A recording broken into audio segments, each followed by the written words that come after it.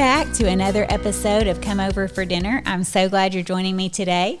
Today I have a very special guest. Her name is Katie. She is the chef and owner of Thrush Catering, where she creates custom menus for clients. She has done numerous fundraiser dinners at various sports games for Logos School. She has catered the Logos School benefit auction, which ranges, well, I don't know what the top number is, but it's hundreds of people, as well as the Grace Agenda Lunch, which is hundreds of people. So her events have been small all the way to very large. She has lots of experience cooking, and I cannot wait to hear all of her tips. Welcome, Katie. Hi, Bess. Thanks for having me. You're welcome. I'm so glad you could make it today. Tell us a little bit more about yourself and your family. Well, I am the oldest of 7 girls in my family. And by the way, all the cooking I learned how to do, I got my inspiration from my mom. I can imagine with 7 girls, she better know how to cook. She taught us very well, and I was so blessed to be the oldest because I got to be her helper for many, many years over the years. It was just that is very wonderful. Sweet time. Yes. Very sweet time. And I got married to my high school sweetheart. Husband's name is Isaac, and we have 5 children of our own, and my oldest is a senior about to graduate, and I've got a junior, my daughter Evie, and then Max and Ben are in 5th and 7th, and we call them our tweens. Tweens sneaking up on teens. Tweens. Yes. And then my baby, who isn't a baby anymore, Emma, and she is 8. Oh, that's so exciting. I should mention her last name is Grauke. So Katie Grauke, if you ever are in the area, you should look up Thrush Catering. If you ever need an event, or if you live here, if you need help with an event, she is your lady. Thank you. You cook for a family of tweens and teens Yes. every night. Tell us a little bit about cooking and your favorite things to cook for your family. One thing that is extremely helpful to me is my library of cookbooks. I love collecting cookbooks. I am constantly adding them to my Amazon wish list. And every year, my sisters, remember I have many of them, they know for Christmas and birthday, they never have to worry about what I want. They just get me a cookbook from my Amazon wish list. That's and amazing. It's so fun and so special. My mom does the same thing, and she always checks with me. She's like, I always get you a cookbook. Are you sure you still want to go? Are you sure what you want? I'm not a collector, generally speaking, but when it comes to cookbooks, I really, really am. Has your shelf run out of space yet? Yes, I have had to move my collection over the years, and now it's full foremost at the center of the living room now, which is so fun because cookbooks are very colorful and they're sometimes art pieces. Yes. You can set them out on your coffee table. They've got beautiful cover designs. Yes. And those are the books that if I set out a cookbook, if we have friends or family over, they pick them up and they flip through them. Find inspiration themselves. Exactly. So I really utilize my collection of cookbooks during months like this when I might just be struggling for ideas, you know, and it's like, oh, I've made chili so many times. Yes. Can we just maybe take a break from chili? And but for some reason in February or maybe even January too, it just feels like you've forgotten how to cook anything besides chili, soup, and stew. And it's like, well, what else do I cook? I don't know. It's like all the ideas just kind of go away. They from just your disappear. Mind. And you almost want to stop cooking comfort food, but then there's realistically in the northern part of Idaho, we've got 3 months of kind of coolish weather. You need for sure comfort food. Yeah, it's just, I mean, do you really want to stand out in the rain, possibly snow, grilling? I mean, my husband will do it for me. He is a good man, but I hate to really shift into grilling season prematurely. That's true. That is true. I try to be kind and thoughtful. But, you know, the interesting thing is that I have found that it is just as easy to lose recipes as it is to find them. Because, well, and think about how many recipes we cooks get off of the internet these days. That's true. Or sometimes if I follow some cooking magazines and whatnot on Instagram. And so I'm saving recipes on Instagram. I'm saving things on, all sorts of different ways. It's silly how many things that I have over the years adopted, and it's all scattered around. And then I look at my beautiful selection of cookbooks, and I will pull a few out, work through them over the next few weeks, and then I'll put them away. I can't sometimes remember which book I got the recipe from. I have the same problem. This is a challenge. Okay, what is your solution? So I am all ears. I have done many things over the years, including I have gotten Food and Wine magazine and Bon Appetit magazine over the years. I used to rip out the recipes I would want and slip them into clear plastic, little holders and stick them in a notebook. And that worked pretty well. But really the system that melded my cookbooks, my magazines, my online recipe searches was Google Docs. Really? Google Documents, if you open up a spreadsheet and you make sure that as you're cooking, well, you don't even have to do this while you're cooking. If you make a recipe that you're like, oh boy, everybody liked this. Okay. This was a home run. Or, oh, wow, I think this would be a really great recipe to make for my extended family or for a large group of people.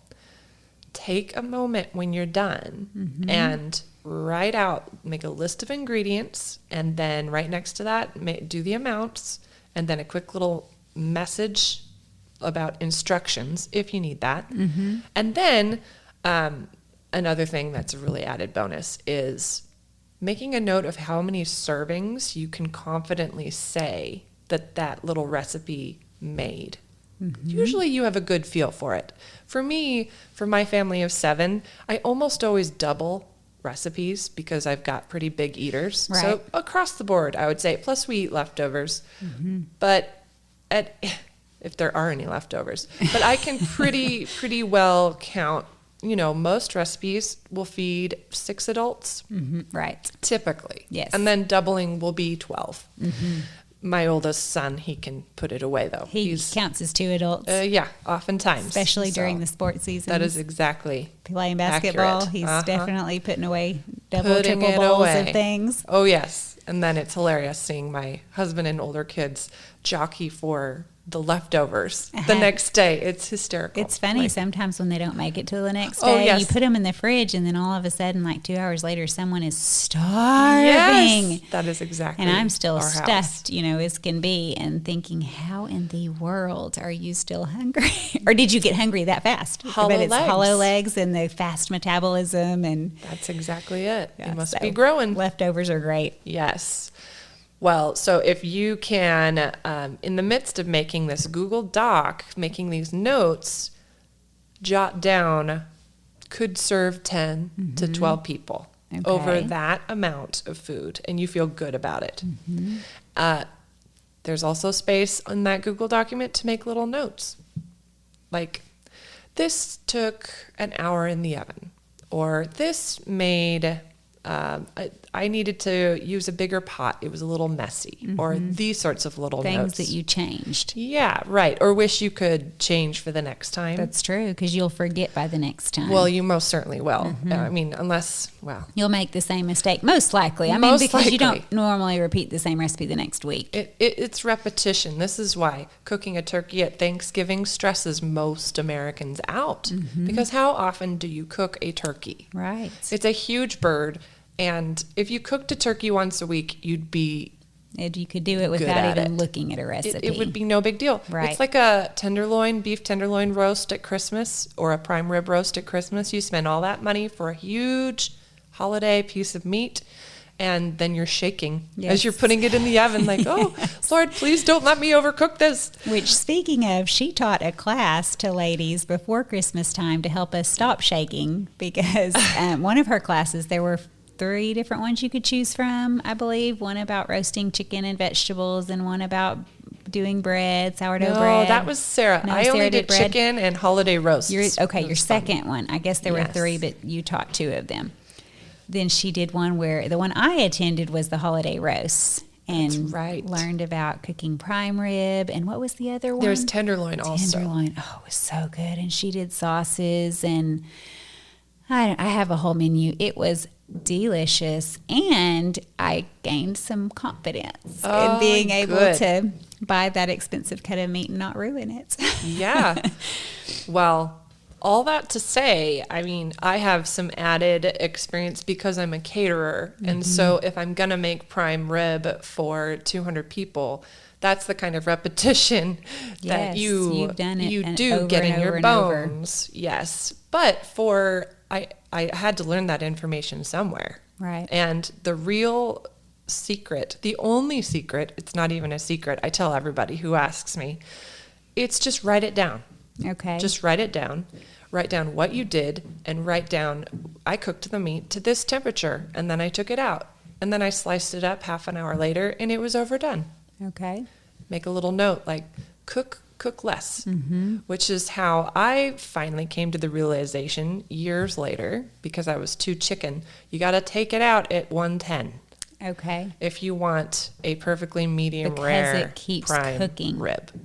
And it is a shockingly low temperature to take it out at. Nobody in their right mind takes meat out that early because it would be raw. Right. But if you are letting it rest for a long, extended period of time, it will be wonderful. It will be perfect. Wow. So, but it took me so It long. took you taking notes and writing Over it the down, years, and every yes. time it's a little too overdone, so you Still a little backed bit more. it up Yep, a little backed bit. it up a little bit more. So it's like a test kitchen situation where I just had to make that effort to get into the pattern of writing down what happened and did it go well, did it not go well, and all of that good stuff. So you could, when America's Test Kitchen decides to stop publishing, you could pick it up where they left off. see, they do a very similar sort of thing, and I love their recipes because of that. Because they have, done it over and over and over and written down notes, and like you're saying, just made sure it's perfected in their minds. But, it is very good, the recipes I've tasted. So do you have a different Google Doc for every single recipe? Like, let's say you have a recipe on Instagram. Do you kind of cut and paste it there? And then, so it has ingredients and instructions, and then you make your own notes? Or I used to be a little bit more precise, like take a recipe and write it down verbatim and start with that and then make my adjustments. But now it's more of a guideline. So, which is why I actually really love my cookbooks for inspiration, but I also follow some really fun accounts on Instagram. And if I'm on Instagram, which isn't every day necessarily, but especially on like a Monday morning when I'm thinking about my menu for the week, I love to get on and just kind of scroll through. I love the visual aspect for inspiration, especially, when you have a cookbook with good pictures, yes, the cookbook's just better. I think it's just more inspiring. It makes a big difference. It's so, food is so visual anyway. So, but Instagram is so wonderful because, for example, like Half Baked Harvest. If anybody follows her, she just does the most well put together little, I don't know what you call them. They're like little reels. Yes, I don't know the technical term, but I know what you're saying, because not only does she post, she has a story where there's video, but even in the regular post, she lists the recipe out. Exactly. And so you don't even have to follow a link and go to the website and all that. That's you can right. for more details than people often do for other things, but it's really nice because you can just glance very quickly. Do I have those ingredients? Could I make this today? Just kind of answer some of those questions. Yes. I don't know if it has instructions on there. I know the ingredient list is there. I'm not sure about instructions. Maybe you go to the website, but she does do a good job. And her stuff is so not technical, which is, so it's very approachable for anybody really. And it's mostly the combinations of like, feta would be good in there. Yes. Oh, I hadn't thought about that. Yeah. I was kind of stuck on my goat cheese thing. I should mix it up. That sort of thing. So, using Instagram and magazines and cookbooks and whatnot for my initial inspiration, then in my Google documents, in the way that I catalog everything, I just write down what I do. And so what is hilarious is that people will ask me, like, where did you get this recipe? And I don't know 90% of the time where it started. Because you've tweaked it and made it your own, and so it's a Katie recipe. Yes. And so there are a few recipes that I'm like, oh, that's my mom's. Or, or there was this is a Martha Stewart recipe that I remember getting. It doesn't look the same anymore, but I remember where it came from. If I'm can remember, I always try to credit where it originally came from. But in the end, whatever their original was, they were inspired by someone else and got their recipe from a grandma or from an old cookbook. Or, it's like there's nothing new under the sun in some ways. I mean, I know there are new recipes that chefs are hoping to create and do something different and unique. But in the end, most of what we make is just a there's a long history. In some way. Yes, a long history of it being made in that, same basic style. Yes. Even sometimes there was one time I could not remember where I got the idea for a particular dessert. I was like, where did I wrote this down that I wanted to make this dessert for a particular catering experiment. I thought, I'm like, this is silly. I looked in all my places where I would have stored recipe ideas. I couldn't find anything. And I'm like, oh, it was a restaurant that I went to. Okay. And I ate at a restaurant, and then I had inspiration from this delicious chocolate dessert. And I was like, well, I could make something like that easy. And I had totally jotted down a little recipe for myself to try, and I went from there. Yeah, so it was your recipe. I mean, more or less. And really, when you get good at something like that, you can go to a favorite restaurant.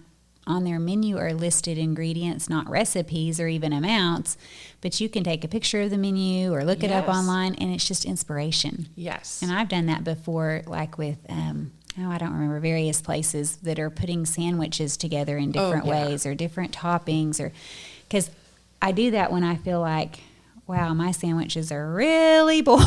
Yes. And then you go to a sandwich shop, and it's just, wow, this all looks really, really delicious. So, yeah, you kind of get you out of the same rep. But anyway.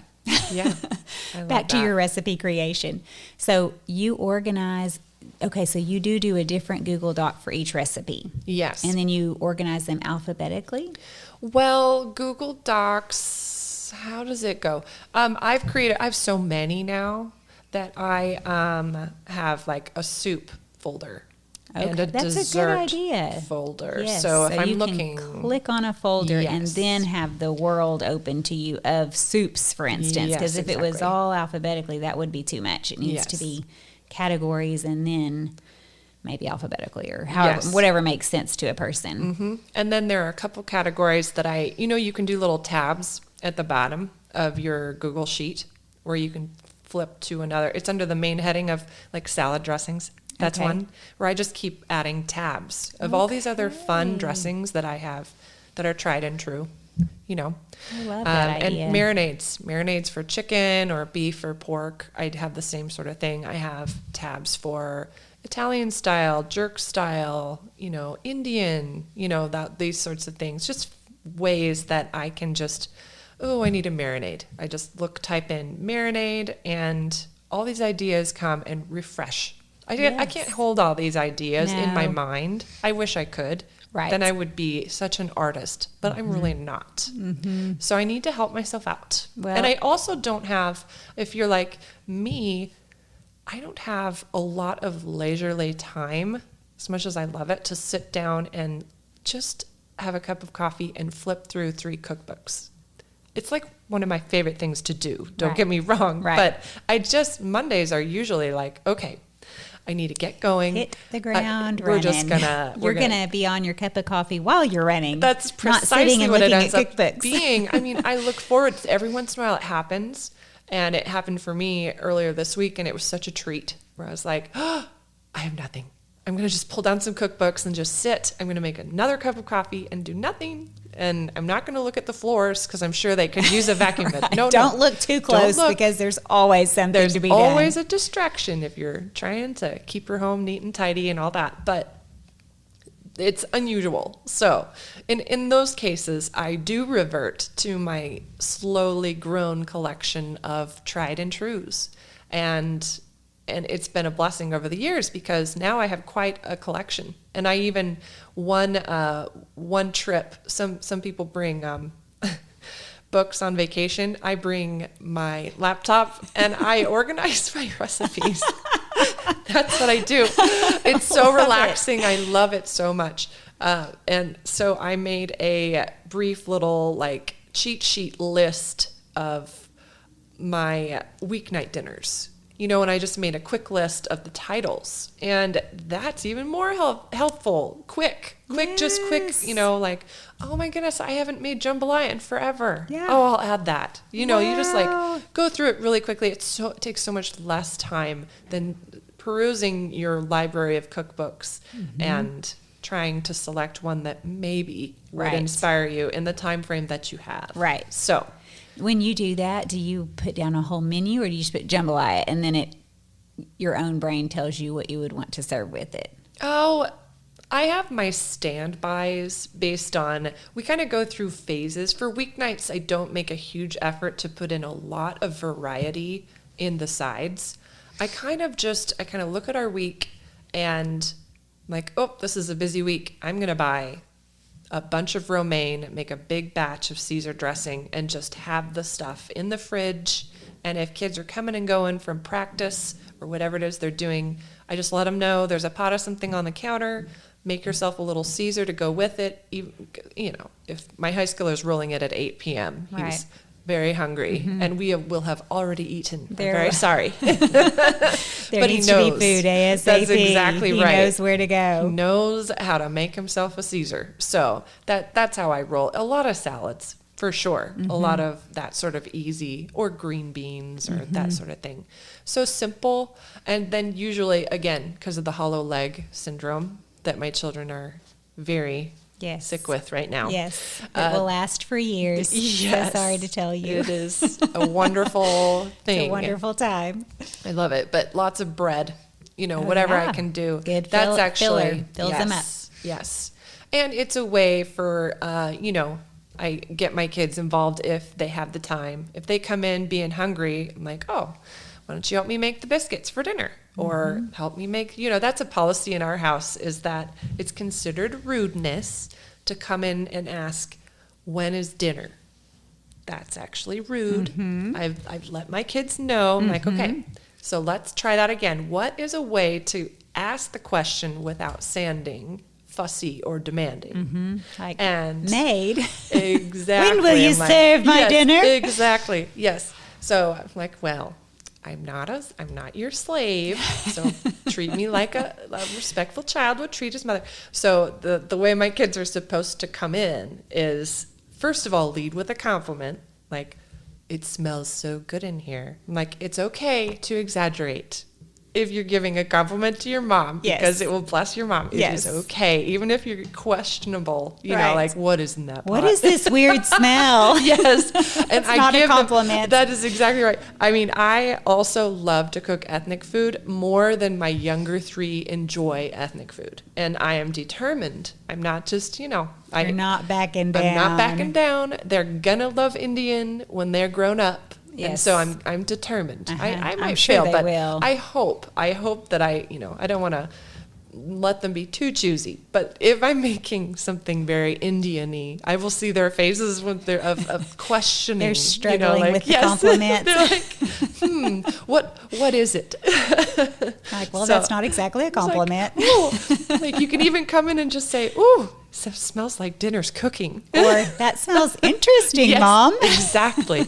Yes, all of that is allowed. And then you lead after that with, how can I help?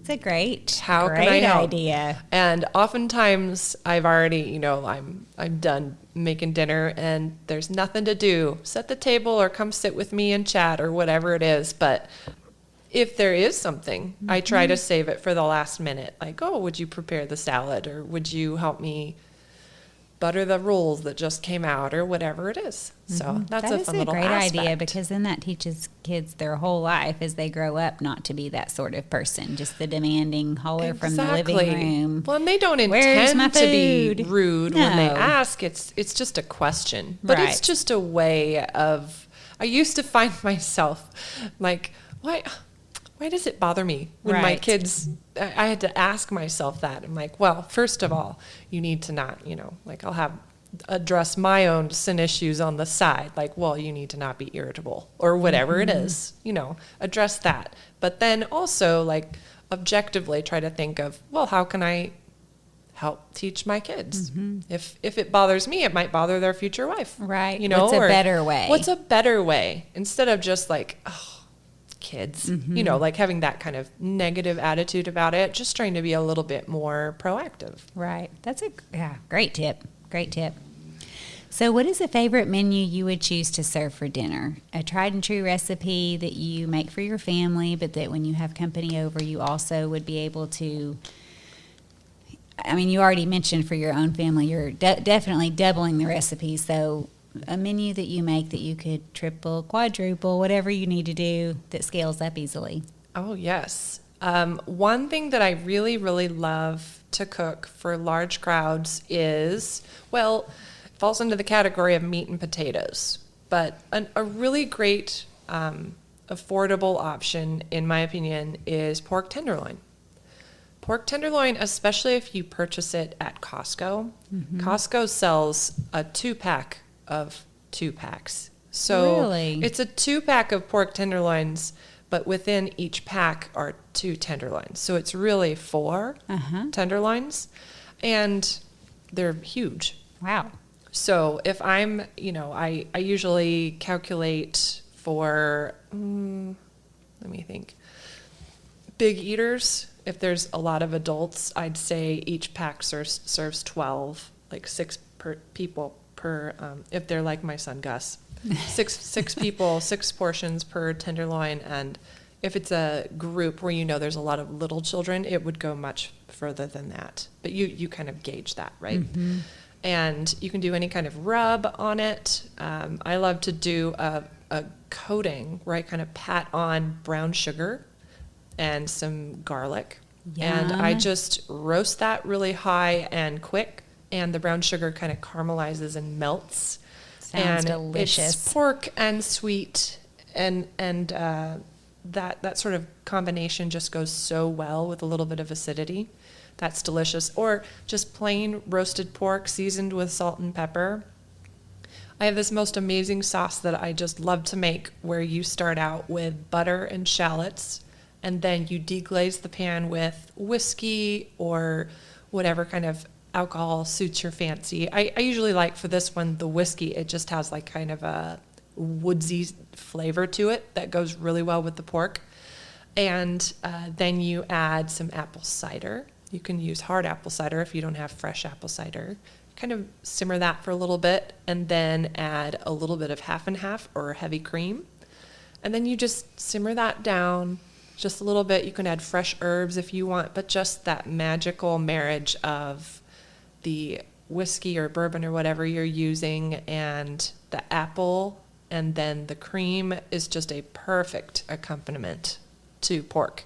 And it just takes pork, which can be quite neutral, kind of like chicken. Yes. That kind of takes it to the next level of excitement. And people are so, if I have guests over and I prepare that sauce in particular, They they're want to like, drink it. this is amazing pork. And I'm like, well, it's not the pork. It's the the sauce. sauce. So, but if you can dress I it mean, up. that definitely sounds next level, but easy to do. It is. Easy to recreate. Yes. For any cook, any level of cook. Yes.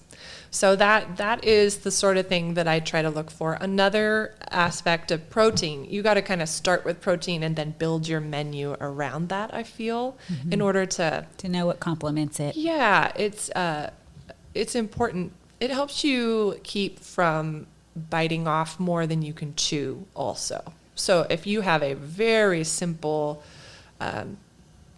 meat, which the next thing that I was going to talk about is bone-in, skin-on chicken thighs. Very inexpensive, probably the most economical cut of meat you can get. So skin-on is important here. Inexpensive, and you can buy big old packs of them. If you do just a very simple rub on those babies, and you throw them on your Traeger, your grill, or in the oven, or just put it in a quick marinade. I mean, so simple. Something like lemon juice, garlic, oregano, and olive oil. Like just so basic. And then you cook the chicken. That is a simple protein that just goes into the oven for about an hour and 20 minutes till it's fork tender. That's kind of a key. Don't undercook your chicken thighs. Not that it would be raw, but chicken thighs properly done need to be fall apart tender. Okay. That's my only secret with chicken thighs is don't undercook them. You won't get salmonella or anything. It's just they'll be chewy because it's dark meat. Okay, that makes sense. So, yeah, let those cook for a good long while. You will have an hour and a half of time to make fun sauces, fun salads, fun starchy sides, all sorts of delicious things because you'll not be dealing with a time-intensive protein main. So I like to do that. And chicken thighs are my kids' favorite, I think, other than steak. Of course they like steak the best. Of course they like that steak, is, of but course, every week, yes, weeknights are not always steak nights. Not realistic. Yes. Do you buy your chicken thighs at Costco as well? I do not tend to. I buy the skinless, boneless chicken thighs from the freezer section at Costco. I like the quality and the size of those, and they don't need much trimming. This is like, for home, I'm not as particular, but if I'm catering an event and I want a certain, like maybe a little bit bigger size of a chicken thigh or something like that, I get a little bit more choosy. The ones at Winco, for example, tend to be a little bit smaller. Like the bone and skin on chicken thighs also tend to be smaller at Winco, but they're so inexpensive. And if I'm doing a buffet or have a big group of people where some of the guys will probably take two anyway, you know, I'm thinking about that and I'm like, oh, I think that the difference in size, just a smaller size of chicken thigh will be perfectly fine. It's okay. Yeah. So when you choose, what makes you choose skin on versus not? Well, skin off? I know that it is a personal preference thing, but I love the contrast of fork tender, dark meat with very crispy skin. I think that it actually adds an element of flavor, like a caramelized flavor, and things get browned. And one of my very favorite recipes is just dumping a couple of cans of cannellini beans, and then some cloves of garlic, some cherry tomatoes into a pan, and then season just plain chicken thighs with the skin, with the bone, season those really well with salt and pepper, and pack them in over the top of the beans and the garlic and the cherry tomatoes, and then you roast that tray.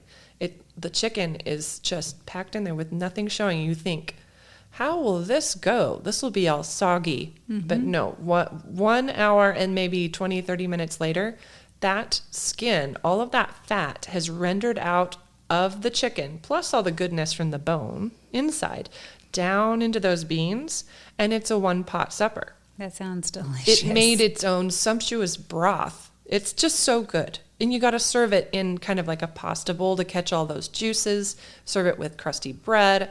The garlic cloves, which aren't even peeled. I don't even peel them. I just like take them off the head of garlic and throw them in. You can squeeze that garlic out like it's been confit in chicken fat and squeeze it out onto a piece of French bread. I mean, it's to die for. I can imagine, because when you roast garlic, it turns sweet. Yes. It's delicious. And it's so soft, and you don't even eat butter on your bread. You just put the garlic on it. Okay, that's going to be on my menu on Saturday when I sit down to write out my week of menus. That is going on there. So I'm going to have to get that one from you.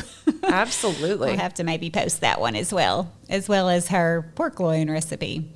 Or no, it was pork tenderloin. Pork tenderloin. Yeah. Pork tenderloin. Oh, that sounds amazing. Okay, so what about dessert? Oh, well, okay. One thing about my family, we have a lot of extended family who are allergic to gluten. And on my side, I have some siblings who have like even more allergies.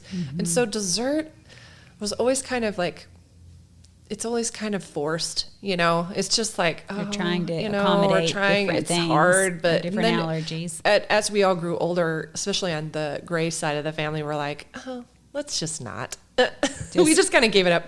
Not altogether. We still have desserts, but it's not quite so much a thing. What Everybody we do, fills up on the delicious dinner. we exactly have a glass of wine after dinner instead of dessert, and that becomes like a delicious dessert on its own. That in a is way. true. But what we really do quite well is ice cream.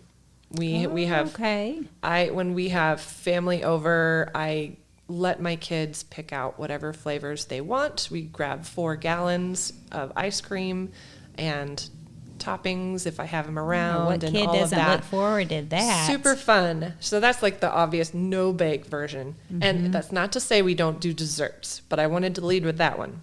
So one of my very favorite desserts to make is bread pudding.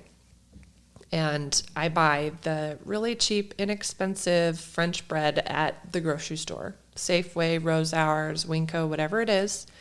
Chop it up and toss it with a little butter, melted butter and sugar. And then I make a delicious, it's kind of like French toast in a pan. And you make a custard base with lots of eggs, some sugar, some vanilla, and heavy cream. And you just whisk that up, pour it over, and you let that bake at 325 for an hour, and it is so good. We love that. We love bread pudding. That sounds fantastic. It is wonderful. Do you serve with bread pudding? Do you put anything on top or just straight bread pudding? If I have the time, I love to make a caramel sauce to go over it, and then vanilla ice cream for sure. My. I love that combination. It's so yummy. Sounds so yummy. Yeah. And then, I mean, going back to the ice cream idea, I love to just do really delicious vanilla bean ice cream and drizzle some sort of fragrant olive oil of some kind over that. So I've used orange olive oil. I had a rosemary scented olive oil one time. Garlic was a little weird. Wouldn't recommend the garlic olive oil. That sounds a little odd. I didn't mean to do that until after I'd poured it on. Did you think you had lemon or something? I don't. I think I sniffed it. I was like, is that the right one? It was not. And then a sprinkle of crunchy salt of any kind over the top of that it's ridiculously simple. Ridiculous. And very gourmet. Well, it sounds very fancy. It sounds very fancy. And I'm sure it's something they would serve in a very high-end restaurant. I know. You would pay a lot of money for this. I but am sure. You can create this at home yourself. With no baking necessary, you know. Yeah, just grab the ice cream, a fancy oil at the local. Well, you can order them too if you don't have an oil and vinegar shop. We happen to have a specialty one here. And so oftentimes like friends and my husband even will put a couple of little bottles in my stocking at Christmas. You know, I'll just have these fun floral bottles of olive oil that I forget to use. It's so sad. I use my big Costco jug of extra virgin olive oil, and I neglect my little lineup of fancies. Yes, same. I finally ended up putting my husband, his work for Christmas one year, sent a bottle of lemon olive oil and a real fancy balsamic vinegar. It's like a set from Greece and Spain, or somewhere really fancy.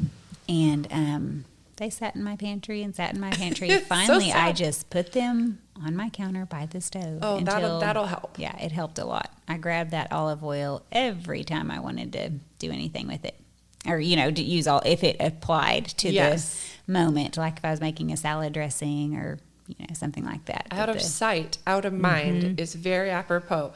Just like with recipes. Do you have any particular shortcuts or time savers you use on those busy weeknights when your kids are, like you're talking about Sabbath dinner coming up, when you have lots of basketball games to attend? Do you have any just general tips that you use in order to, pull it all off when you're in a hurry? Oh, well, one of my favorite little time-saving prep tips is all about prepping garlic and ginger and citrus juice. Tell me about it. I use those sorts of ingredients on a daily basis. Maybe not ginger every single time, because again, my younger 3 are very, iffy on the ethnic. But garlic they are fine with. So garlic we use almost in every recipe that we make. Lemon juice and lime juice we use all the time. In marinades in particular, dressings, also sauces, all of these good things. So what I do is if you go to Costco or chef supply stores or wherever, they sell pre-peeled garlic in a huge bag. Just a giant bag. More garlic than a normal person would ever use. Right. And I didn't start discovering this little trick, by the way, until I was catering events in earnest, because I just had no reason. I always bought the head of garlic. And then it's just an extra step. You're crushing the garlic and chopping it up and putting it in. It's not that much time, but it's actually, it's a cutting board and a knife. And ginger is even more involved. It's peeling and dicing and or grating into the recipe, whatever you're deciding to do. But what I do is I throw a whole bag of the peeled garlic cloves into my food processor, and I just give it a quick chop. You don't want to puree it or anything. You still want the individual pieces and just no whole cloves floating around in there. Okay. Just a little chop on the pulse button. And then I grease a little ice cube tray and I press the chopped garlic into the ice cube tray. And then I pop it in my freezer until it's frozen. Pop those cubes of garlic or ginger out and just throw them into a labeled Ziploc bag. And I just keep that in my freezer. And it's so nice. It's just one less step. And I just love that. And the thing about garlic, a lot of people think that a good time-saving hack is to use the jarred garlic that they sell minced in the produce section. And I really don't care for the flavor of jarred garlic. So it's a chemical process that occurs that is what bothers me. So as soon, and this will happen to freshly chopped garlic, if you chop it and keep it in a container in the refrigerator, it really only lasts about 5 days before, if you they don't pop it in raw, but that flavor change starts to happen. The same is the case for ginger and fresh citrus. Doesn't matter what it is. It doesn't go bad. Like, it's not molding by any means, especially not citrus. It's so acidic, but it starts to taste like, bottled lemon juice. That's funny. And it's just a chemical process. But if you freeze it, the one thing about freezing garlic, if you pull it out, it messes with the liquid, the moisture that is in the garlic. And so I don't use it for like fresh preparations. It's kind of like softer, but you don't notice at all if you just dump it straight into your sauce base. That reminds me of a tip a friend sent me. Her name is Jenny. Thank you, Jenny. She sent me a tip for onions. The same thing. I had never even seen that before, but very similar to what you said, just a real quick chop in the food processor. No big, huge chunks, but a quick chop. And the lady laid out, I guess, dumped it on a cookie sheet. Well, I'm trying to remember how she had it, because it was where she probably had parchment paper down, and she put it in kind of a flat layer, but then took a spoon or hands, or maybe even she had a piece of parchment on top, and then just kind of squeezed it into squares. Oh, yeah. Where when she froze it, then she could pop off those squares in whatever amount you would normally use in a recipe. A half onion or whatever, or a whole onion, or whatever amount you typically use, you can kind of divide it off, freeze it, and then pop those off the parchment paper or waxed paper, whatever you think would come off easily. I wouldn't suggest putting it straight onto a baking sheet. Those may never come off. I looked it up. This lady actually put her chopped onions into a plastic gallon bag, laid it flat, and then divided it into squares with her hands, through the closed bag. And then she froze it and then kind of broke it up once it was in the freezer, and was able to just pick out a pile of onions, a square of onions. Again, I think the water or the moisture would be a little off, because when you chop, it's going to when you chop in a food processor, it's not the same as chopping by hand. Yeah, it's a little more mincy, a little bit more. It's a little more liquidy. And so it could be that if you were trying to do a fresh saute and a gold or caramelized onions, it might be a little more difficult. But if you were throwing them into a soup or something like that, it would work something like that. Yes, perfectly. It really does work so smoothly. And would help people who cry, yes, get it over totally. with. And then what you said about garlic, what's funny is I did actually split a bag of those from Costco with my twin sister.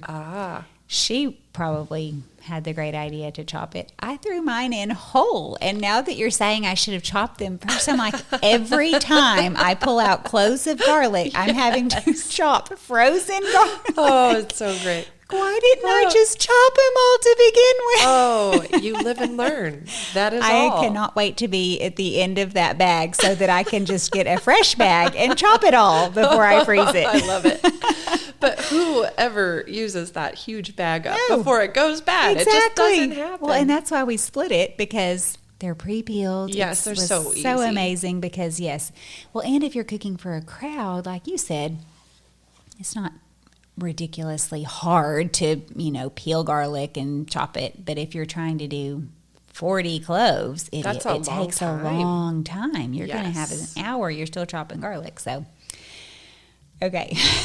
Great tip. I am going to chop my garlic that's pre-peeled from now on. Fantastic. As well as some other things. I need to do the onion tip, and I need to do ginger. And you mentioned citrus. Citrus juice, so fresh lemon juice and fresh lime juice and fresh orange juice, which I use a little less often. So you squeeze that or run it through. Do you do like a hand squeezer, or do you have one that's electric? I have all of the above. Everything. I have a big old, because I do catering and big whatnot, events. I have a huge metal pull down lever one where I stick a big measuring cup and it's awesome. But it's kind of a big thing. You pull it out I keep it in my catering supplies, and I pull it out, and I buy a case of lemons. That's the volume that I'm talking, because otherwise they rot in your refrigerator. Oh yeah. If you don't, so you put them in you also do that in ice cube trays where it's about a tablespoon, or do you do larger amounts? I have, usually I do that for sure. Like an ice cube tray is like, I don't know, a tablespoon-ish. But I actually have these little Tupperwares that I buy specifically that are more like a quarter cup. Okay. And that's more realistic. Most of my marinade recipes and all of that are a quarter cup to a half a cup. That'd be about You don't want to be counting out little tablespoons. I know. Well, it's not a big deal, but I throw those in and with a screw top lid also, and that protects it from getting freezer burned. The garlic and the ginger tend to be, plus I go through the garlic and ginger a little faster, I would say, than the citrus. The citrus I use, but I want to have a screw top lid for how I use it. It stays in there pretty well. Okay. It doesn't get crystallized ice in there. Does anybody want inspiration for summertime? Hot tip for summer. Yes, it is going to happen again. There will be sunshine and hot weather. Now, I know it's hard to imagine, but just close your eyes for a minute. Hot tip this made me think of with what that I used to do in the South, because in the South we believe in ice in our drinks because it's just so hot in the summertime. But one of my pet peeves, if we had iced tea, was that you fill up a glass with ice, and then you pour, hopefully not hot tea, but maybe it's room temperature tea over it. Well, within minutes, your tea is watery. So you can do this with any drink, but if you freeze that drink in ice cubes, take your ice cube tray, and what I would do is make sweet tea or unsweet tea or whatever, pour tea in that and make iced tea cubes. Brilliant. So that when you make iced tea and you're serving it, you fill up glasses with iced tea cubes, and as it melts, you have the same strength of iced tea. You never have watery drinks. I've done the same thing with frozen coffee drinks, or they're not frozen, but iced coffee drinks. Yes. So good. Because watery iced coffee is terrible. You lose all the good flavor. I've done frozen coffee cubes, and then the other thing was mint in the summertime. I had a big mint plant, and I don't remember exactly how I did it, but I did something where you freeze mint, and then as it melts, the mint wasn't just frozen by itself. Maybe I steeped it in hot water and I don't know, made something, but you freeze it, and as it melts in your drink, whatever you have a mint flavor and Oh, that's so like a such an easy herb cube thing to do. I have a couple of my kids like iced coffee in the summer, but I only make unsweetened iced coffee, and it sits in there, and then they have to like add sweetener and all that sort of thing to get it how they like. And so I can just freeze an ice cube of coffee with like a little caramel syrup in the ice cubes, so that they know, oh, those are the ice cubes that have a little bit of sweetener in it, just to get it to that little level of sweetness. That's another hack. If you don't want your kids going in and out, rummaging through your refrigerator. or pouring half the caramel syrup bottle on top of their coffee. Exactly. And I'm not going to shout out any names, but it may or may not be my 8-year-old who makes a very big mess with caramel whenever she wants to make a special beverage. So I'm always looking for ways to help her. Hot tip. It's hilarious. Like, well, she was there, and then she went over there, and then all the way over there. The sticky trail. The sticky trail of caramel. Instead of the trail of breadcrumbs, That's exactly the trail right. of caramel Love-hate drops. relationship with caramel and honey and syrup, for sure. I love that. Yum. Okay. Moving on from ice cubes in the summertime, moving back to wintertime, the beginning of spring. Let's see here. Where are we? Best prep tip. What is your best prep tip? Well, we kind of covered it already. Okay. In a sense, like the food prep tip aspect of things. My second prep tip is be careful what menu you're planning on. Think through it and think through, what can I realistically do in the time that I realistically have? So be very specific, and you also have to consider, now this is kind of having in mind company coming over, that sort of thing. So maybe not for a weeknight. You don't really think about these things, but you need to think about your timeline. You need to think about what the needs of your family are and the state of your house.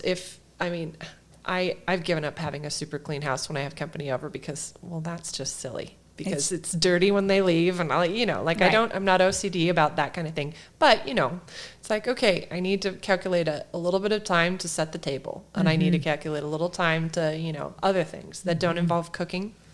So I try to create a menu that I know that at least 50% of it or more is made in advance. And you have to calculate your oven space, That's too. true. So if you're making mashed potatoes the day before or anything like that, you have to make sure you have oven space to pop those in and heat those up. One thing that I really love to do is create recipes that can be prepared and then served at room temperature.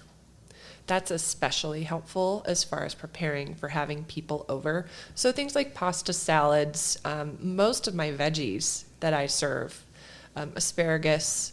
I love finding inspiring new veggie recipes, roasted vegetables of all sorts with dressings and nuts and cheese sprinkled on the top. I love that kind of thing, and it is so well suited to being served at room temperature. One of the most inspiring food trips. I'm a nerd. I travel, and people ask, why did you want to go there? I'm like, because of the food. I'm one of those people. I don't know. I think most people love food on vacation. I love a lot of things about traveling. I was with a couple of my sisters in London, and we went to this, you probably, if you're a cookbook freak like I am, Ottolenghi. And Yotam Ottolenghi he has a bunch of cookbooks. He's from Israel. Okay. But he is in England. He's based in London. So he emigrated to the UK, and he opened a bunch. It's not a chain, but he has these delis in different parts of London, and I've followed him on Instagram for years, and I've accumulated all his cookbooks. So of course I had to go, and of course. It was so beautiful to walk into this shop, and we went in for lunch. Everything was at room temperature. Really? All I of have the got to beautiful look him salads. I really encourage you, Ottolenghi. It's a weird How do you spell Lenghi? Ottollegh. let me just double check that because Okay. it's kind of a weird spelling and I'm picturing it in my mind. I really have not heard of him. Lengi. Oh, yeah. And I love hearing about new people. This is very exciting. Yeah. Ottolengi.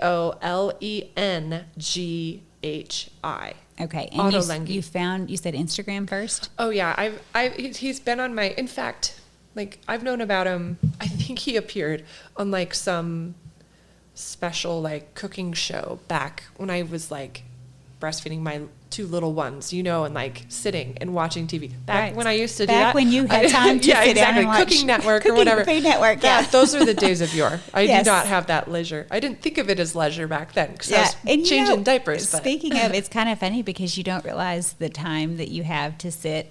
It's more built in when you have little ones at home because you're at home. You're not on the go and moving and catering their school sports events. Yes. I had that same thought recently with Ina Garten 20 plus years ago when my kids were small and I was nursing babies or, just all the littles at home. I watched her early cooking shows on Food Network. I learned so many things from Ina Garten. So inspiring. I could not tell you what she has done, what what her newest recipes are. I've not watched a cooking show of Ina Garten in the last 10 years, probably, which is sad. Miss it. But it makes me miss it. I mean, I really would love to sit. I don't even think I have Food Network, but yes. But I mean, thinking back, I'm like, well, that was a fun time of growth, and I didn't even realize how much I was going to benefit from it for years. Absolutely. I'm with you on that one. Tips and tricks from her. But anyway, back to your fella. Oh, yeah. Okay, well, so Instagram. This is a very roundabout way to... You saw him while you were taking care of your babies, and then he has an Instagram now, Years and ago, he was in Israel, but now he's in London. Yes, years later, I finally made it over to London. Sounds so fancy. No, we found really cheap tickets and it was a really fun and expensive trip. Right. But we were eating our way through London and we get to the store and I was just like, I was blown away by the food itself, but it really struck me that these are all recipes that I have in his cookbooks. Like I recognized all his signature salads and whatnot. And he does just so many roasted veggies with lots of just yogurt and tahini and just like beautiful nuts and things. And it's so inspiring. Just takes your regular roasted veg to the next level. All of them sitting out at room temperature. That was my takeaway. I really like. Because Americans are very into refrigerating everything. It was at the just moment silly. You're done eating. That was exactly my first thought, and that was my biggest inspiration. I was like, you know what? I am ridiculous. Mm-hmm. Who has room in their fridge? Mm-hmm. I have a commercial fridge in my garage, so I have room. But most people don't have a commercial refrigerator. Right. Yes. Yeah. I mean, you might be blessed to have I had just a garage fridge. You know, the old one that actually is the best one. It was made in like 1982. Yes, it won't ever die. It will never die. It will never die. And it is the most solid thing ever. Mm-hmm. The only reason I parted with it was because I upgraded finally to a commercial fridge because of those Costco runs. Yes. But that thing still runs somewhere. When we moved recently to Idaho, and the refrigerator, the house we sold, we left the refrigerator there. We were not carting that thing across country, but it was the refrigerator that we bought when we moved in, and we had lived there over 15 years. Oh, I bet it was such a good fridge. It would not die. Oh, yeah. And then I had a friend who had a lot newer refrigerator that they'd had the repairman out twice. And there were so many different problems, and the ice maker would do this or this would happen. And I'm like, they just don't make them how they used to, because my 15-year-old one just won't die. It was white. And I kind of wanted a stainless steel. Oh, yes. But I couldn't justify just booting it to the car. Oh, I know. Die. And it wouldn't. It just kept appliance. running. I love it. Well, and now that we've changed, everybody has stainless steel. Mm-hmm. Well, now we're cleaning the fronts of our fridges. That is Isn't true. that the funny, ironic part? Yeah. So I probably would have regretted getting a stainless steel. That white one was fine. Yeah, I know. Stay it's all nice nostalgic now. Mm-hmm. So great. So, yes. So, again, another little rabbit trail that I went off on. But I love it. Where were we again? Oh, we were talking about inspiration for the room temperature food. Room temperature. And it is such a help when you are trying to focus on pulling it together. My rule of thumb is that if I'm not having a fun time, if my husband's not enjoying it, if my children are not enjoying the process of getting ready to have company over, then we have bit off more. I have bit off more, let's be honest, than I can chew. Mm-hmm. So that is my rule of thumb. I'm determined not to stretch myself farther than I can be pleasant. Mm-hmm. And my home can have a pleasant aroma. And so that, I guess you could call that another prep tip. Please take it from me, everybody. Never project upon your guests that they are coming with any kind of ultra critical expectations, mm-hmm. because they're just not. They're just not. They're just glad to be mm-hmm. at your home mm-hmm. with you, spending time with you if you're family, or getting to know you if they're mm-hmm. new friends, or whatever it is. They're just blessed to be in your house. Mm-hmm. And if you can create a house that has a sweet aroma, this leads me to my horror story. You had asked me before if I had a horror story. Oh, okay. It's not really a horror story, well, but it's a funny story. Well, okay, so I'm guessing my husband would have known which story I would tell, because this one lives in our family lore. This has gone down in legend. Yes, this is so great. I mean, it's not even that bad, but at the time, it was just so sad. Isaac and I had just gotten married, and we had been married for, I want to say, like a month. Newlyweds, and we had this little tiny basement apartment, which I just loved so much, and we had this little like daylight basement kitchen area with this old stove that was a little iffy. The coil stove that if you put a big mm-hmm. pot on, it'd be like slanty. You know, like, oh, that's just yeah. I have such sweet memories of that place. And we decided, like, we're going to have my family over for dinner. We're going to have our first big family. Yes. So lots of sisters, and I could not fit, but like, that's fine. We will still do it. Mm-hmm. So we, set up a table. We like moved furniture in the little tiny living room, and we made it work. And so my six family members, no, what am I saying? 8 family members came and piled in, and I worked really hard to make the most delicious clam chowder. It was the day before, because I was just really trying to be on top of it. Mm-hmm. So clam chowder with bacon and cream and all these clams. And I borrowed my mom's big pot. Uh-huh. And, just like I really was like, I just want to do a really good job. And Isaac tasted the chowder the day before. He's like, I think that's the best chowder I've ever had. And he was being serious too. I was like, wow, this is going to be so fun. Uh-huh. And I pull the chowder out, because I think it was right after church. You one of those hustle home and get the chowder out of the refrigerator and put it on the stove. And guess what I did?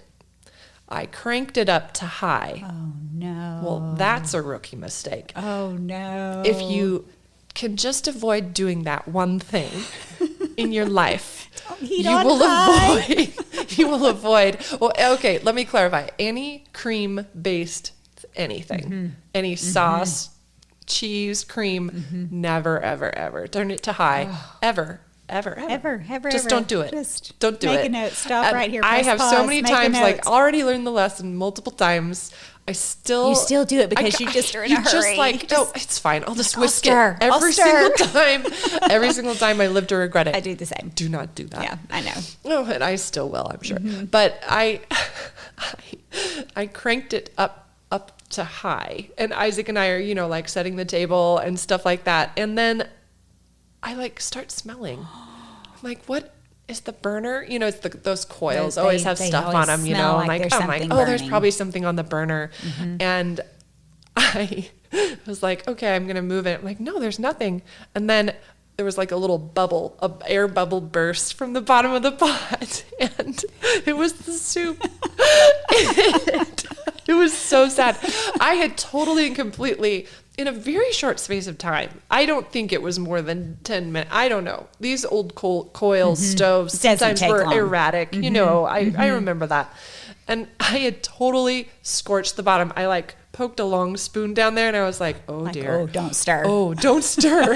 Definitely don't stir. And I was like, okay. And did you know, once the burning process starts, if you can catch it at an early enough time and you dump, you do not disturb the bottom. Do not touch the bottom. And if you dump into another pot, you can sometimes salvage. I've done that before. Yes.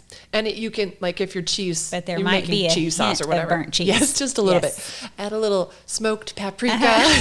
Make it an essence. To have the smoky flavor. Yes. Oh my goodness. It was deliberate. It was deliberate. Yes. But I didn't know that. So I was rookie, and I just let it sit. I was just like, I'll just turn it down to low. Oh, no. And the process had started and it continued. And by the time my family came, and I was the first to get married, my sisters were little, like young. And I was like, Isaac and I, thankfully, I mean, I was laughing about it, but I was horrified. I was like, well, this is because you knew how wonderful it was. I know. And Isaac tasted it. Yeah, he tasted it. He was like, it's going to be fine. And he tasted it. He's like, oh no. Even the new husband could not lie to me. Like, we can't eat this type thing. It was so burned. And I tasted it too. And I was like, oh, this is so bad. I can't. No. But they're here. Yeah. Welcome to our home. And it's just showing warm one pot of hospitality. soup. That's all we have. And it was just so funny. And my mom and dad were they were just like so gracious about it. They're like, oh, it's fine. We're going to eat it totally fine. And my little sister's faces, I was like, are you serious? Are you really going to eat this? They're like, watch us eat it. They were so sweet about it. And I had made like bread and stuff like that. But I don't even remember which sister it was now. It was probably Roz, the baby. But she was like almost crying. Just like, you cannot possibly be asking me to eat this disgusting bowl of burnt soup. I will never forget that the look of horror in that little 6-year-old's eyes. And I was like, I came to my big sister's house thinking that I wasn't going to be forced to eat my broccoli or spinach or whatever horrible things they're forced to eat at home. Funny. Yes. Well, in the moment, even then, like I do remember we were all laughing. Like I'm grateful for that, but it still lives. My sisters all remember. They all remember of that how burnt clam chowder. Well, and my mom was just like, no, they're going to eat it. Lesson to be learned, girls. Lesson to be learned. When you go to guest home, you pretend it doesn't taste burnt. That's exactly right. Well, life lesson for them, I guess. Yeah. Or to your host's home when you're a guest. Do not reheat on high. Just don't do it. Don't do it. That is just so bad. There's just so many stories when people are first married that are just humbling. Yes. And I think God does it to us on purpose. We just need to learn lessons for one about not heating on high, but we also need to learn a little humility in our lives at times. That is exactly the way. Absolutely. That is a great story. And what a great way to show just open your door and smile and laugh and just be hospitable to those coming into your home. Welcome. Dinner's burned, but welcome. We're going to just keep going with a smile on our face. That is right. I love it. I don't think I can top that story. I bet it took a while to eat clam chowder after that. Oh, the smell in the apartment, that lingered quite some time. That lingered, yes. That was the one thing about that apartment. Stay away from strong smells. Yes. All right. What is your must-have kitchen item and where can we find it? Okay. I'm going to say two things. My actual favorite thing in my kitchen is a really, really sharp chef's knife. That is my favorite thing, hands down. That is critical. And it doesn't matter how much money you spend on a chef's knife, it will get dull.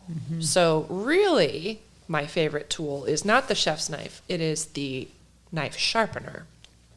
And for years, Isaac would bless me and pay to have a knife sharpener sharpen my knives. And I had a guy who I would take my knives to in Spokane until one Christmas, he brilliantly bought me an electric knife sharpener. So Chef's Choice is the brand. It doesn't have to be that brand. They all work. It's electric. You plug it in and you turn it on, and then there are these little channels that keep the blade at a certain angle, and the diamond blade just sharpens one side, and then you pull it out and stick it in the other one. It sharpens the other side of the blade, and then there's a more fine version of that right next to it. So it's like a nail file, like that concept. You know, you're like running it through both sides.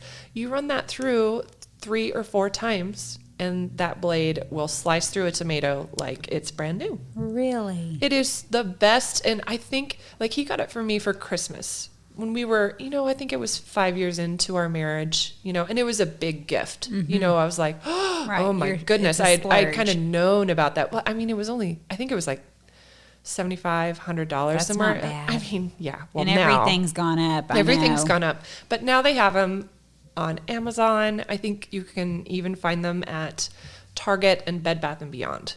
I don't know about ours, but, you know, like I've seen them around. But that is an amazing, amazing tool, because you can buy, I have my old catering knife roll that I bring around for events. I do not buy expensive knives for catering because I have my knife sharpener. So I go and I buy a $10 chef's knife from the chef's supply store. Well, or like 6 of them. And I just keep them sharp. That's a great idea. And it's fantastic. I throw those things in a dishwasher, no problemo. Right, so you don't have to worry about hand washing them and babying them, and, you know, just making sure you don't carry them somewhere in case you leave it or because it's so expensive. I do have a few special chef's knives that I've been gifted by my husband that have like a really fancy wood handle that you have to hand wash and all of that. You take good care of those because of the handle. The blade, if you have a basic sturdy handle on a knife, you can dishwash the heck out of those and it'll be fine. It just will. And a lot of people say like, oh, well, the knife sharpeners will say, well, it eats away the blade faster, and it does. It takes off more, the electric sharpener. But if you, well, I've been sharpening my knives for years, and they're still alive. They still have a blade. They still look exactly the same to me. So if that's happening, it's happening at a very slow rate that has not been a factor for me. You haven't noticed any difference. No. Well, and the people that may worry about that a little bit more are maybe chefs running a restaurant who do spend a lot of money on a blade, and they want it to remain pristine and perfect, and so they're hand sharpening and all of that. But for the typical home cook, running you're probably not going to have, maybe some people have those very, very, very expensive knives, but, you know, just if you have a typical set, then you're running it through a knife sharpener is not going to do any noticeable damage or not eating at all. away or anything like that of It's a so blade. slick. And sometimes you don't have the time to like sit down and I'm going to sharpen all of my knives, but you are making pico de gallo for dinner. And so you just whip it out. You spend 30 seconds, I kid you not, 30 seconds running it through, and there's nothing more fun than cutting a tomato with a properly sharpened blade. And there's nothing that works on your sanctification more than trying to cut a tomato with a blade that is not sharp. It's also true. Yes. I have picked up a knife. I will not admit that this was recently. And tried to cut a tomato, and nothing happened. It just squished the tomato. It squished it. And so I had to put it point down to try to cut into the tomato, then to get a running start. It was terrible. Oh, that's so sad. You can like poke the skin of a tomato with your fingernail. So if your knife can't cut it, that's how sad. It's so sad. I have been there too. Should have known that trick. Oh, man. But I did judge myself harshly about my knife sharpening problem. I need to, we have one that you run it through manually. Oh, yeah. But I think those work too. It works, but the electric, that's calling my name. Oh, yeah. Put it on your Amazon wish list. That's going to be on my Christmas wish list. That's a no-brainer. Christmas is too far away. My birthday wish list. Mother's Day. Mother's Day's coming up. Valentine's Day. Yes. Actually, this will come out after Valentine's Day. So Mother's Day, Anybody want to buy me a knife sharpener? Husband, my husband, I need to tell my husband to listen to this episode. Yeah. Hint, hint. Hint, hint. Katie's episode is so amazing. Better listen all the way to the end. Right. If you want to fast forward, it's okay. Oh, I love it. All right. Let's see. Okay, so you told us your funny story already. Is there anything else you want to add, or have we covered all the things? We covered so many things. I think we have. I think we have covered all the things. Well, thank you so much for taking time out of your busy day to join me. You're welcome. I love talking about this sort of stuff. We could just go on and on. Yes, we could. This is probably going to be a long episode, but I'm going to love it, re-listening to every single moment and taking down notes and figuring out what recipes I need to post. And because I could keep going on and on and on, because she's a wealth of knowledge, and there's so many more questions I could ask her. So at some point you might be hearing from her again. All right, until next time, bye for now.